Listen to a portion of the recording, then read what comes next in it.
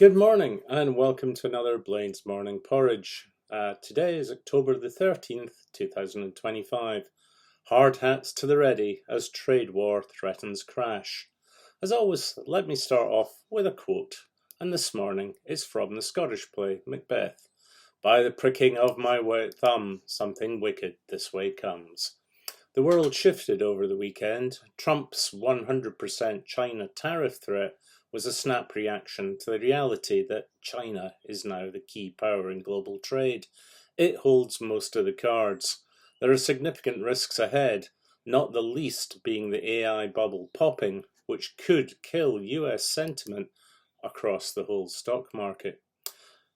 This morning, global markets face the risk of a major market correction following Trump's shock announcement of 100% tariffs. And that came after China imposed even tighter restrictions and export controls on the rare earths that are critical for the manufacturing of all technological goods. It could trigger the kind of disruptive supply chain shock which would make the shortages of chips during COVID look minor. This escalation signals that China now holds the upper hand in global trade, and it's willing to increasingly challenge the US directly.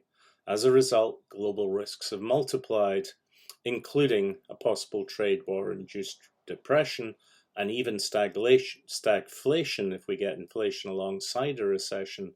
On top of that, there is the potential bursting of the AI investment bubble, which is increasingly looking overbought, overhyped, and largely unproductive.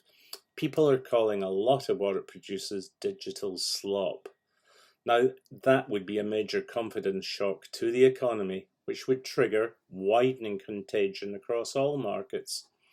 The fact there is currently a lack of data on the US economy due to the government shutdown and the mounting evidence that most corporate AI projects have failed to add any value. There is a report out that shows that 95% of AI spending has so far produced zero results. And then you have on top of that a whole series of credit events, including the collapse of the very over-leveraged auto supply company First Brands. Now that could all expose systemic wider weaknesses in the economy. China has spent the last 20 years since it joined the World Trade Organization planning its economy for the long term. It's built strategic strengths, dominance in manufacturing, mineral supply, and in energy, both fossil and renewables. Now that compares with the increasing political polarization, policy instability, and frankly the chaos we now see under Trump's influence in the USA. What was really interesting was the Bitcoin crash that followed Trump's announcement. It illustrates crypto market fragility and the hollowness of claims that Bitcoin is a safe haven or digital gold. Rather than going up in times of crisis, it is actually far more correlated to high-risk volatile stocks.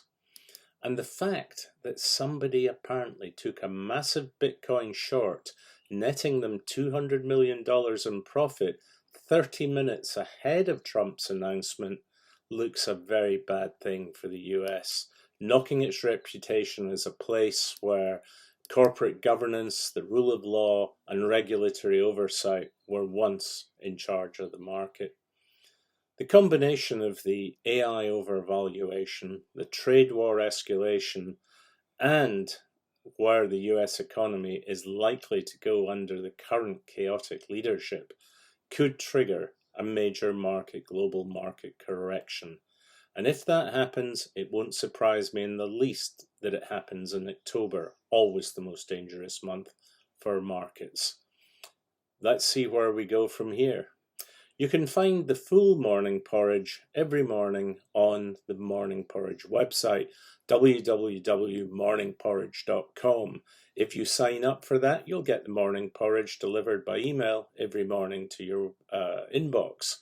Alternatively, you can wait for this to come out, and you can also link to the full article on the YouTube site. In the next couple of days, we'll be introducing a podcast which will be the whole morning porridge.